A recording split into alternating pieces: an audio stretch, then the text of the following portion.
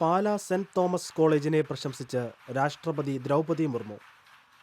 കോളേജിന്റെ platinum jubilee ആഘോഷ സമാപന സമ്മേളനത്തിൽ പ്രസംഗിക്കുകയായിരുന്നു രാഷ്ട്രപതി.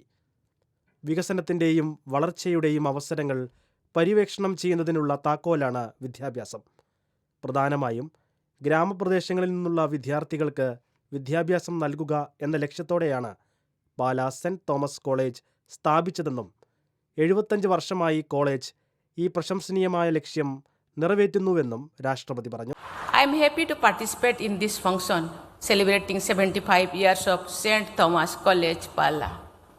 This college has grown to become one of the leading institutions of higher education in Kerala.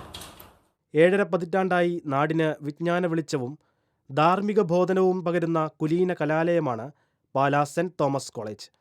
ഉന്നത വിദ്യാഭ്യാസ രംഗത്ത് മാത്രമല്ല, രാജ്യത്തിൻ്റെ കായിക മുന്നേറ്റത്തിനും മറ്റ് തലങ്ങളിലും സെന്റ് തോമസ് കോളേജ് ഈടുറ്റ സംഭാവന നൽകിയതായി രാഷ്ട്രപതി അഭിപ്രായപ്പെട്ടു.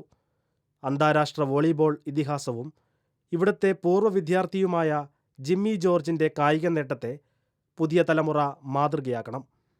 സുപ്രീം കോടതി മുൻ ചീഫ് ജസ്റ്റിസ് KG ബാലകൃഷ്ണനെ പോലുള്ള നിയമജ്ഞരും കേന്ദ്രമന്ത്രിമാരും ജനപ്രതിനിധികളും നയതന്ത്രജ്ഞരും വിദ്യാഭ്യാസ വിചക്ഷണരും ഉദ്യോഗസ്ഥ പ്രമുഖരും ഇവിടെ പഠിച്ചവരിൽ ഉൾപ്പെടുന്നു.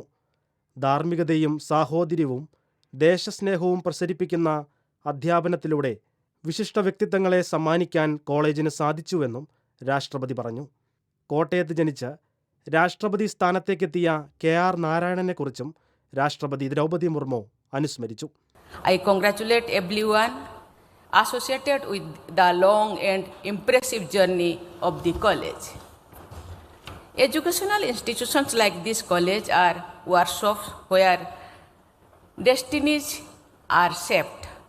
I am happy to note that with its emphasis on holistic learning and social justice, the college promotes values of sustainability and inclusivity.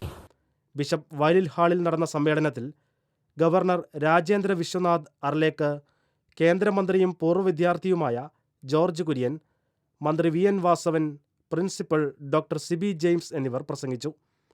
Pala ബിഷപ്പും കോളേജ് രക്ഷാധികാരിയുമായ മാർ ജോസഫ് കല്ലറങ്ങാട്ട്, മന്ത്രിയും പൂർവ്വ വിദ്യാർത്ഥിയുമായ റോഷി അഗസ്റ്റിൻ, MP മാരായ K Francis George, Jose K Mani, Mani C Kappan MLA എന്നിവർ വേദിയിൽ സന്നിഹിതരായിരുന്നു.